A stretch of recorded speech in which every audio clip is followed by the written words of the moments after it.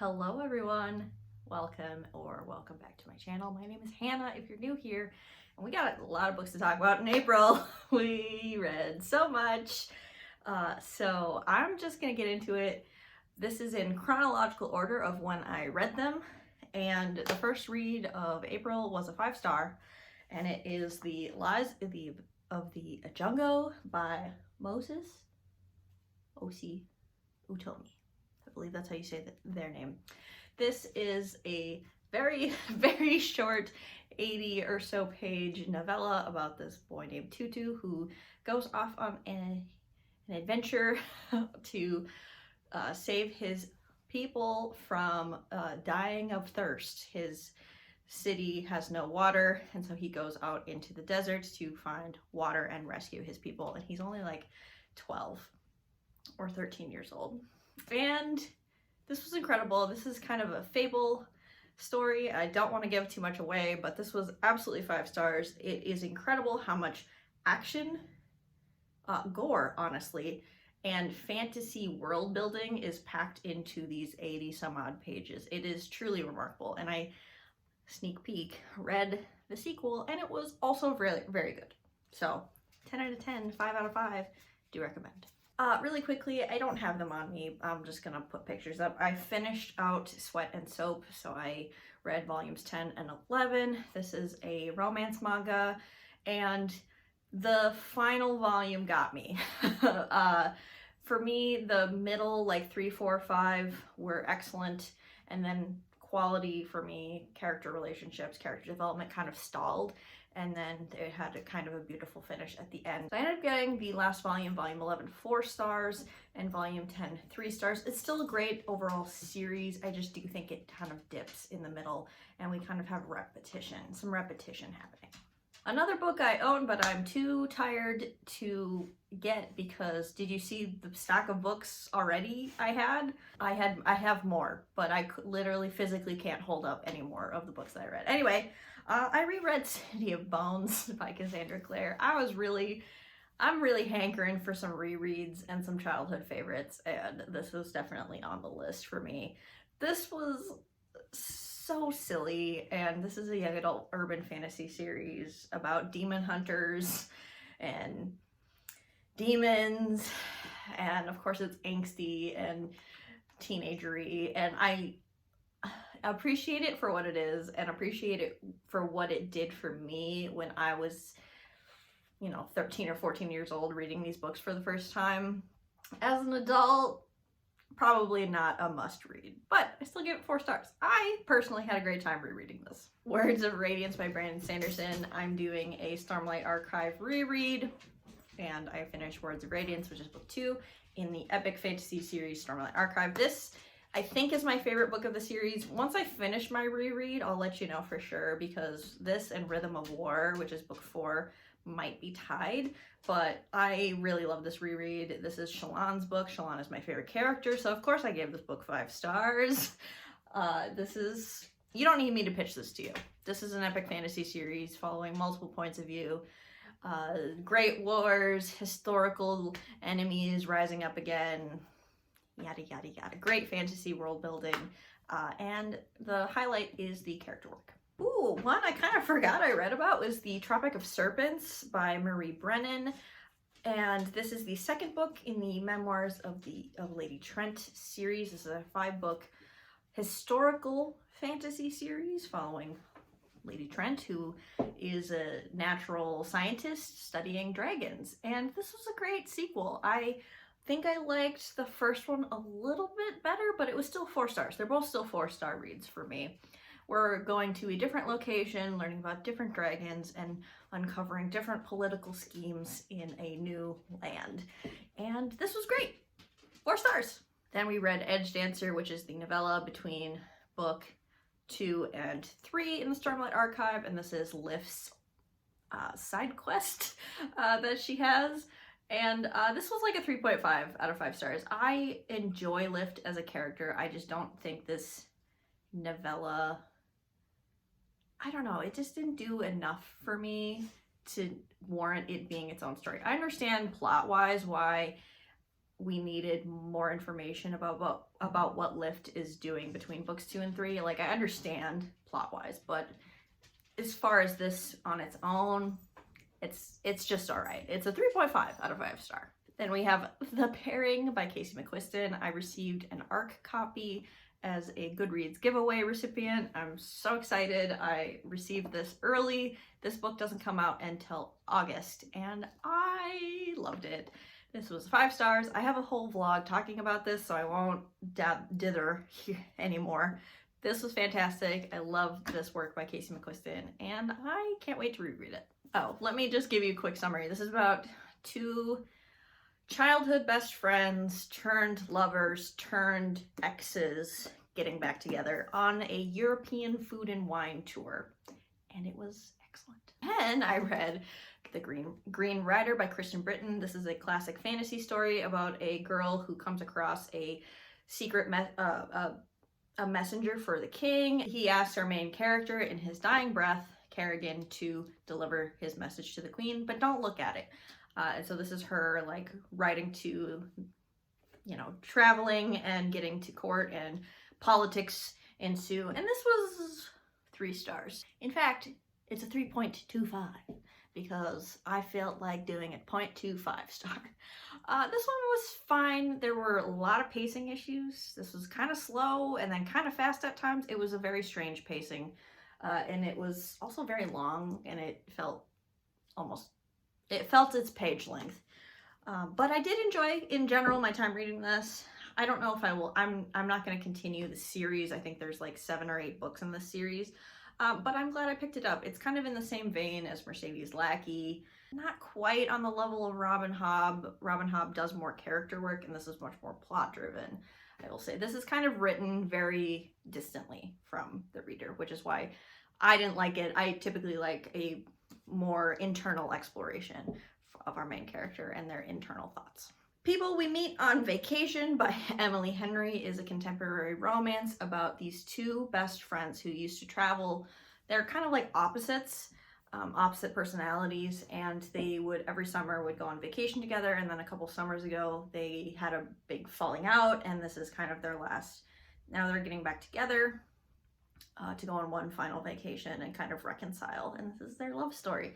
And this is a friends to lovers that I actually really enjoyed. And same thing with The Pairing. I read 2 friends to lovers second chance romances and enjoyed both of them. The Pairing was 5 stars and this one is 4 stars. This is, from what I've heard, Emily Henry's most different book from her other books, which is my favorite of the Emily Henry books I've read. I didn't like her other work, and so I think I'm done. Even though I enjoyed this book, I think I'm done with Emily Henry because I feel like her other books are written more in a style that I don't enjoy. So if she's repeating that first book of hers that I read, I'm blanking on the name, you'll have to excuse me, instead of doing more of like a rom-com like she does here in People We Meet on Vacation, I think I'm just, I don't think her romances are just for me. But I did like People We Meet on Vacation, and this was my favorite, and I think you should check this one out. Oh my gosh, but you guys, we have so many books to talk about. Okay, The Tainted Cup by Robert Jackson Bennett. This is a new book in a new series by Robert Jackson Bennett. I've loved his books in the past. This was a 3.75. I'm so sorry for my very specific ratings, but this is kind of a Sherlock and Watson, Sherlock Holmes and Watson vibes, where we have a brilliant detective who's autistic and a sidekick kind of secondary assistant kind of helping her solve the case. This is about Anna, who's the detective, and Din, who is the assistant, and Din is dyslexic, so there's that. And this is ends up being a murder mystery that unravels a large political plot as well. So as a murder mystery, I really enjoyed this book and would give it like a 4.5 out of 5 stars. As a fantasy though, I wasn't loving the fantasy elements. It's a little kooky, it's a little wacky, it's like cybernetic fantasy, but make it plant-based instead. It's cyberpunk, but plant-based. Does that make sense? It's not, it's like nothing I've read before, so that was kind of good. The reason I say the fantasy kind of like didn't quite land for me is that I felt like I couldn't see anything in my head. I couldn't imagine the locations. I could see the people, but like, where were we in the room? What does the city look like? What does the town look like? What does the scenery look like? Maybe it's a failing on my part. It probably is. Obviously, take everything I say with a grain of salt. But I just felt like I couldn't quite like grasp this world. And it is a trilogy or a series, so maybe in subsequent books that'll get fleshed out a little bit more.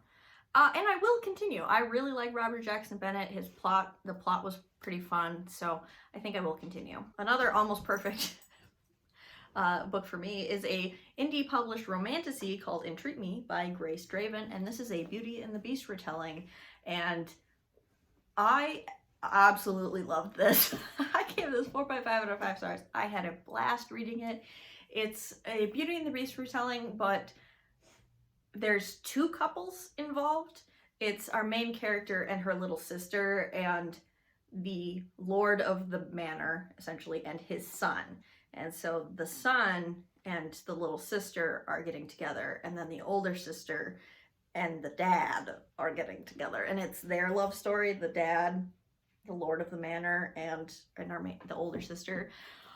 And I love their romance, and it's dual point of view, so you get his perspective and her perspective, and it was great. I thought it was really fun, Beauty and the Beast retelling. It was angsty, it was smutty, it was so fun, and it's all set, it's mostly like 95% set in the castle, and I love like insular stories where they're kind of stuck together. It creates lots of great tension. I'm halfway through this video, and I realized I didn't put my glasses on. I'm like squinting at my notes and I'm like, why can't I read? I'm so dumb. Did I jump scare you? Oh my gosh. Well, that's embarrassing. Then we have a Sapphic Dark Academia Carmilla retelling, and that is An Education in Malice by S.T. Gibson. This is set in a girls' college in the United States down south, and this is a Carmilla retelling. There is a teacher-student weird dynamic, but it's not the main couple. It's kind of a romantic between the teacher and the student. There's definitely some weird power play issues happening. What I'll say about this is while I enjoyed the plot and the themes and the characters and the writing of this quite a bit, I feel like it didn't dig deep enough into its themes to really satisfy me completely. Like, I would have loved to explore that teacher-student dynamic more, and like how it's wrong and like the intricacies of that, as well as like the vampire human power dynamic that's, you know, at play here as well. I would have loved to explore that deeper, but I think everything was kind of surface level, which is why I can't love this one, which is sad because I loved A Dowry of Blood, which is the author's previous work that I've read by this author. Loved A Dowry of Blood, but this was just like good, but not great. So it's a 3.5 from me. More books I forgot to grab and hold up, but my book stack was too big, was A Time of Dread and A Time of Blood by John Gwynne. This is the sequel trilogy to his Faithful and the Fallen series, which is Malice, Valor, Wrath, Ruin. That's not the correct order. But this is like the spin-off trilogy that happens 100 years later, and we're following a new cast of characters going, not really going on an adventure. How to talk about this without spoiling things? There is a threat. I can't even say anything. It will spoil the entire Faithful and the Fallen trilogy, but I will say I do enjoy the Faithful and the Fallen a little bit more than this series. I think this is good. This is good. It's fun. It's fast-paced.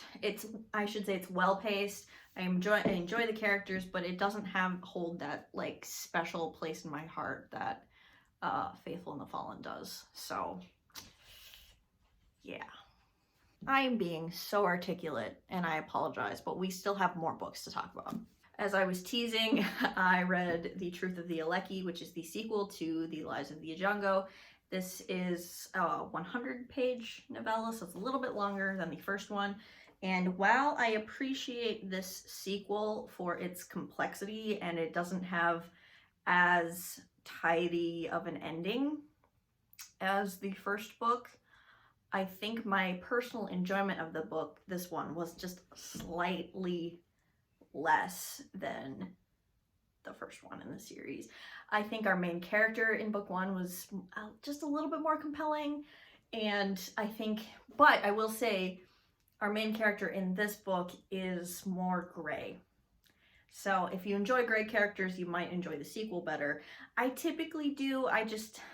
Tutu has my whole heart from book one. It's still a 4-star read, so I still really enjoyed my time reading it, but I think the first one just has my whole entire heart. Then we have a graphic novel called 7 to Eternity, Volume 1.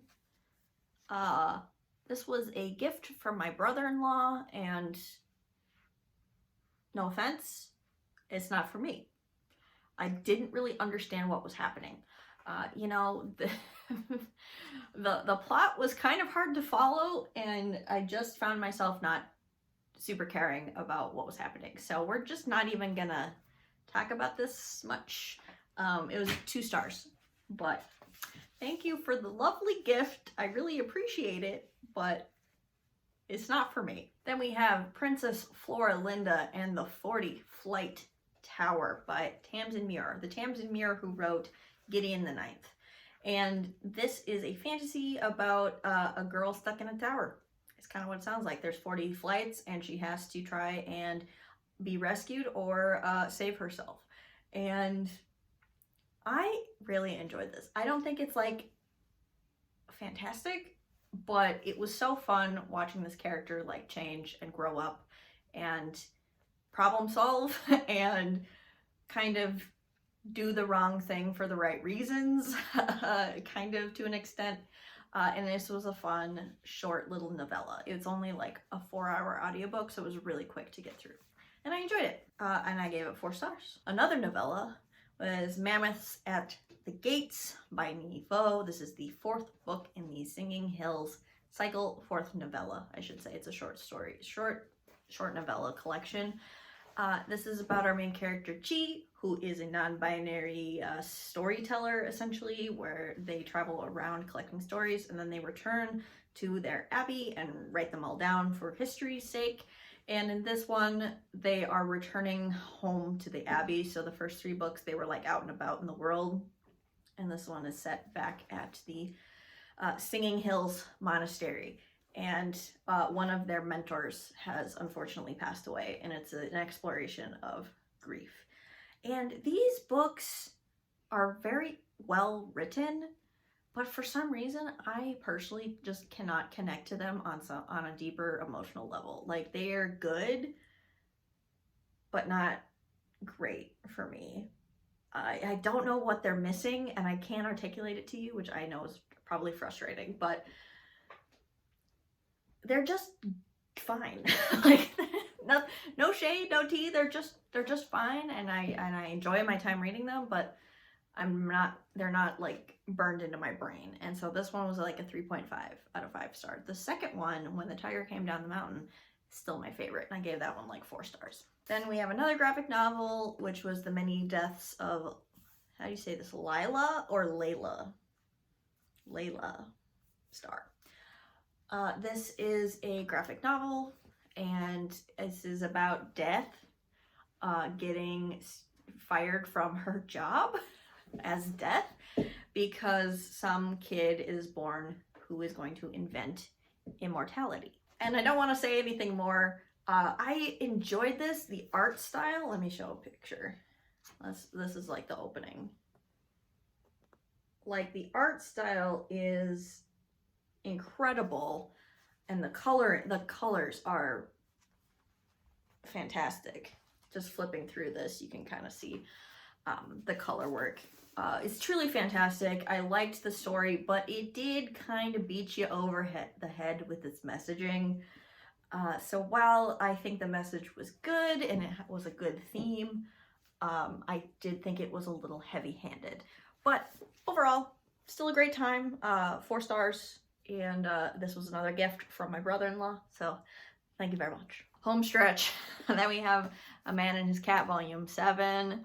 I'm finally getting back into this series after a little bit of a break, and these are charming and delightful stories about a piano player and his cat that he adopts, and all of the people in that is impacted by this man and his cat.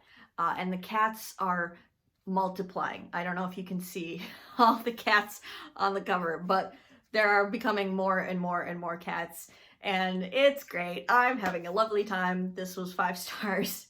This is a great manga series, and I think they're up to volume 10 or 11. So hopefully I get to those soon, because this is just like a warm hug in manga form. I'm a little embarrassed to hold up the final book, but we're gonna talk about it. Do I recommend it? No. Did I have fun? Yes. The Angel Experiment by James Patterson. Listen, this is a reread from me. And keep in mind, in 2005, when this came out and I bought this book, I was 9. Okay? 9. And I ate this up. I thought this was a super fast-paced, fun. I thought Max was so cool. She was not like other girls. She was an angry teen.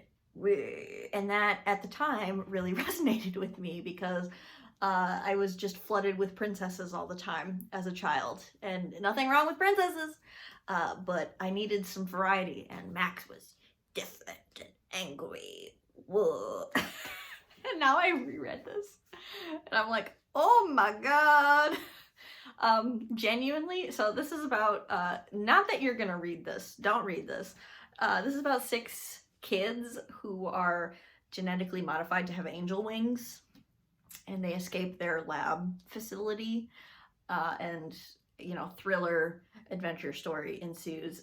So, genuinely, this is, like, terribly written. Like, really not well written. It's cringe, it's angsty, it's kind of repetitive. It's like, they get to a safe place, they're attacked. They get to a safe place, they're attacked. They get to a safe... It's just over and over and over again. And so as an adult, this is like a 3-star book. Like, honestly, probably not very good, and I don't recommend it. We don't really like James Patterson in this house, but 9-year-old me thought this was the bee's knees, and this was one of her favorite book series, and would have given it 5 stars if she knew about Goodreads in 2005. So this was just to indulge my little reread kick that I got going on here. And honestly, even though this quality-wise, this was like a 3-star read, and I like objectively recognize it as a 3-star read, maybe lower, my heart wants it to be more. I had a great time, and that's all that matters, right? Just having fun reading books. I believe that was 22 books I read in April.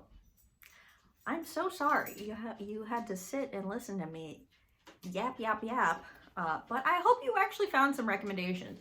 I tried to be quick, but if you would like more information about any of the books that I talk about in this video, or you're like, wait, what do you mean? You know, you want my further like thoughts, I actually have a ton more to say about probably all of these books, but I just couldn't in good conscience make an hour-long video talking about each book in depth. So leave comments down below if you want more information about the books or my thoughts on these books. What did you read in April? What was your favorite read of April? I read so many great things. I had so many 5 stars. Man and His Cat, The Lives of the Jungo, Entreat Me. So many great reads. I hope you take away some recommendations from this video. Anyway, thank you so much for watching, and I will see you in another video of mine very soon. Bye.